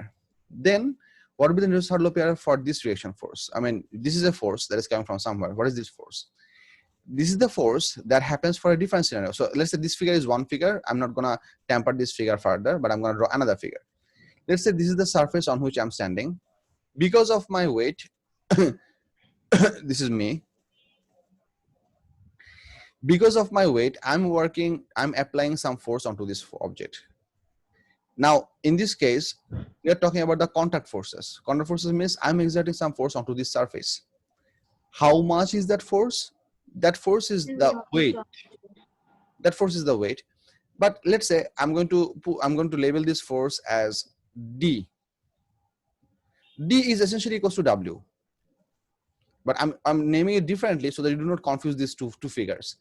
I am exerting a downward force onto the surface, and by Newton's third law, the surface is going to give me an exactly equal amount of reaction force upwards. This is the reaction force that is what happening on me. I mean, if this surface did not exist, I wouldn't be able to exert this force. Simple example, what happens for the satellites? Satellites go around the Earth in a circular orbit continuously. Do satellites have weight? Does the Earth pull the satellites closer to itself? Answer this. Yes. It has already escaped the Earth's gravity, right? Isn't it outside the Earth's gravitational field?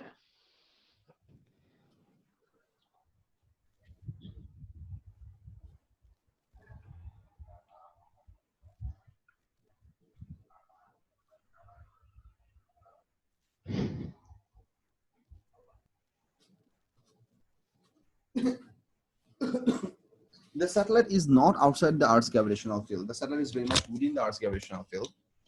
The satellite does have weight, but because of it, it continuously uses its weight to maintain the circular motion, which we covered in one of our earlier classes. When I talked about two different objects exerting force onto each other, I said that if you use up the available force for one purpose, you cannot use the same force for a second purpose. The satellite uses up its available gravitational force to maintain its circular motion, which is the centripetal force. That's why you cannot exert any force onto a surface, because it does not simply remain stationary on a certain surface. It is basically going around the Earth in a circular orbit. So there is no solid surface on which it can exert the force. Satellite does not experience a reaction force. So satellite is continuously under the effect of the gravitational force, and that gravitational force, weight, which is working as centripetal force, that centripetal force continuously accelerates that satellite. That acceleration comes in the form of direction change. Because if it's a circular orbit, you have to think every single instant the direction of the velocity is continuously changing. And velocity being a vector quantity, its change can happen from exclusively from magnitude, it can happen from exclusively from direction as well. So in that scenario, the satellite cannot exert any force onto a surface because it is simply not located above any surface. But I am located on the Earth's surface.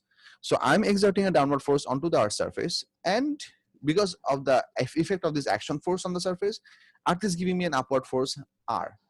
If I did not exist on an Earth surface, then I might not be able to get this downward force, which is the applicable case for a satellite.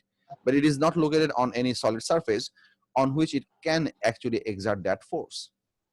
So these two are the Newton's third law pair, which we are naming them to be contact forces. Let me just name these things so that you can understand what the fifth point is about. These two are called contact forces, and these two forces over here are gravitational forces. Gravitational forces. So the satellites are performing Hold up. Please raise your hand if you have a question. I really appreciate this. I'll take the questions in sequence. I really appreciate this. Nuhan, bolo, you had a question somewhere in between. Sir এটা এরকম example না যে একটা ওয়ালে ঘুষিয়ে দিলে তাহলে opposite ফোর্সটা আমি পাবো? Yes. The answer is yes. Yes, sir. So yeah, this is also pretty interesting that because I mean, if you punch a wall and can break through, you'll be heartless, because in that case part of your applied force will be physically displacing or accelerating the particles of the wall, and they're going to be moving outward. So your hand will experience a bit of less force. But if you punch a wall pretty hard and the wall does not break, all of the available force will be returning back to your skin. So you're going to get a much worse bruise on your fisting side of the hand. That's another logic applicable for karate, that if you are not sure that you can break something, you better not punch it really hard. If you're sure that you can break something, punch it as hard as you can. Yes, go ahead, Adiba. Sir, it means that the satellites are performing gravitational forces. Performing gravitational forces? Yeah. Rather than contact forces. They are under the effect of gravitational forces rather than contact forces. They are performing circular orbit. By performing circular orbit, are they creating some sort of gravity? They have their own gravitational field around themselves because they are made up of mass. They have their own gravitational field, yes, but their gravitational field is extremely weak compared to the Earth's gravitational field. So we can pretty much assume that Earth is the object which is pulling them downwards. So Why are they revolving around the Earth rather than staying in a place? because the Earth pulls them down. If they would want to stay in a place, they would have to continuously use some rocket propulsion mechanism to stay in a fixed space around the Earth. So the Earth's pull would be counteracted by that rocket jet force, which they don't do because other than continuously using that force, which has to be an infinite source of gas, which is not possible or practical, they use the Earth's gravitational pull to move around the Earth in a circular orbit. In that process, they utilize up that force to maintain a circular orbit and use that force as centripetal force. So they do use that force, just not to exert that force onto some surface, but they use that force to make their own acceleration. Okay, sir. Another simple way that I can answer your question, maybe this must seem a bit usually understandable. If you use a part of the force to fall towards the Earth, you cannot use that force to go around in circle. If you use a part of the force, available gravitational force, to move around the Earth, you cannot use that force to fall towards the Earth. You have to use a portion of the force for one purpose and one purpose only. A single value of force will be only usable to achieve one type of acceleration or one single scenario of acceleration. So what the satellites do, it uses all of its gravitational force to maintain the circular motion, or uses all of its weight at that position to maintain the to use it as centripetal force / circular motion requirement. Because it uses up all of the available gravitational force for centripetal force or circular motion, it does not fall towards the Earth. So it uses all its force to revolve around the Earth, right? Exactly. Okay, sir. Saptoshi, go ahead. Sir, when we are punching a wall, is the fact that the wall is exerting an opposite force towards us is why we are getting hurt? Yes. Exactly. Okay. So it works in every cases. Like when we are falling, the reason why we are getting hurt is for the opposing force by the ground, right? True. This is why falling onto a soft bed of cushion or an air-filled bubble is easier, or not. That doesn't cause us hurt, because in that scenario, the deceleration is spaced out over a larger time duration. So the available force that the surface applies on you is not that much. It applies a small force over a large duration to maintain a small acceleration over a large time to make you slowly come to stop. So the magnitude of the force is small compared to a hard rock surface. Like the airbags in cars. Like the airbags in car. Beautiful example. Yes, beautiful. Thank you. Sure. Laviva. Sir, I didn't quite understand the difference between the gravitational forces and contact forces. Gravitational forces come off because of the gravitational effect, which means the attraction that exists between two objects which have mass. Only because of the virtue of their masses, irrespective of their distance, irrespective of their contact, irrespective of anything else. Two objects having mass, they will attract each other. That's called gravitational force. So those two forces are going to produce one third law pair. That Earth pulls the person down, person pulls the Earth up. Okay. Have a look. Both forces are of the same type.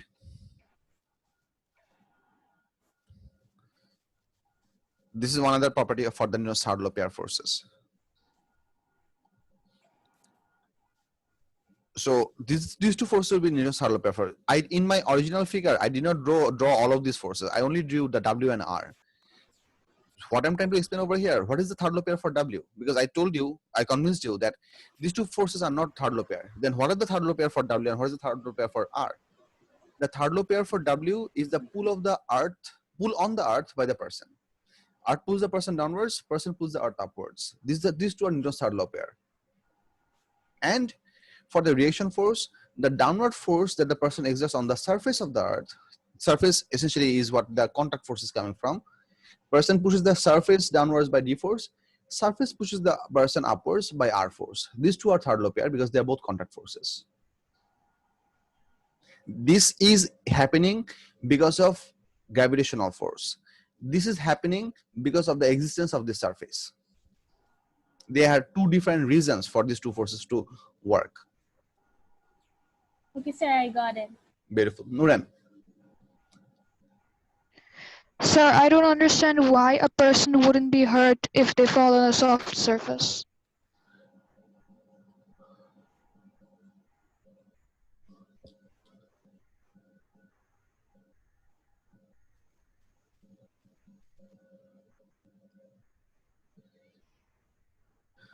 So deceleration is can be given by change of velocity divided by t. So let's say a person is falling at the same speed on a hard surface or on a soft surface. The ultimate aim to make them stop, come to rest, which means delta v can be considered same. If these t's can be somehow made large, then the total value of this ratio will be small. If A is quite small, then this upward force on the person's skin, that will be also small. It is a reaction force that the surface gives us back for which we get hurt. On a soft surface, the person is gonna achieve zero velocity slowly because the object is gonna deform. So the t, or the duration of the velocity decreasing, that would become a much larger value, essentially making that deceleration magnitude very, very small. When A becomes small, the product of M into A, M is the mass of the person, that also becomes small, which means the person will exert small force onto the cushion surface.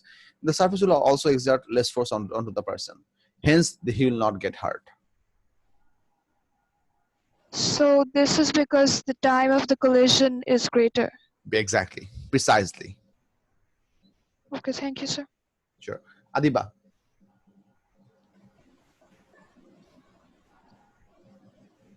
Adiba, Amira, Siddika, did they have a question? Sorry, sir. No, I didn't have a question. I forgot to lower my hand. Kids, it's already 7 minutes past our regular time. I thank you very much for your additional 7 minutes of attention. We'll pause the lecture today. আমাকে আদিব একটা question করছিল, আদিব না আরিব Ryan, তুমি একটা question করছিলে about circular motion, about skidding. I did not answer that because I could not get to that part of the lecture, which is the circular motion and the bicycle skidding. I'll pick it up next class. I'll try and remember this and discuss it next class, and also discuss the missed classes schedule next class as well, hopefully, inshallah. ঠিক আছে, তোমাদের জন্য ছোট একটা homework থাকবে, সেটা হচ্ছে তোমাদেরকে লাস্ট ক্লাসে যে পিডিএফ গুলো দিছিলাম না, ওখানে দেখো কোশ্চেনে কিছু কোশ্চেন নাম্বার লেখা আছে, দেখছিলা? একটা কোশ্চেন পাশে লেখা ছিল কোশ্চেন নাম্বার 1 না 8. Did you kids see that? না। আচ্ছা, দেখাই দিয়েছি আমি, দাঁড়াও।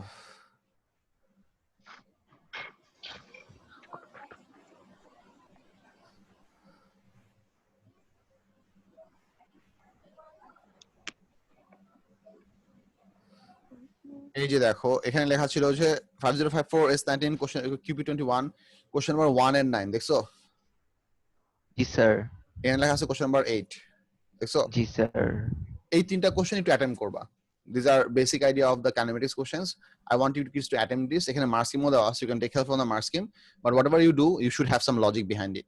You are allowed to be mistaken, but that is okay, but I will discuss about these problems next class. এটা এই তিনটা কোশ্চেন তোমাদের হোমওয়ার্ক দেওয়া থাকলো, ঠিক আছে?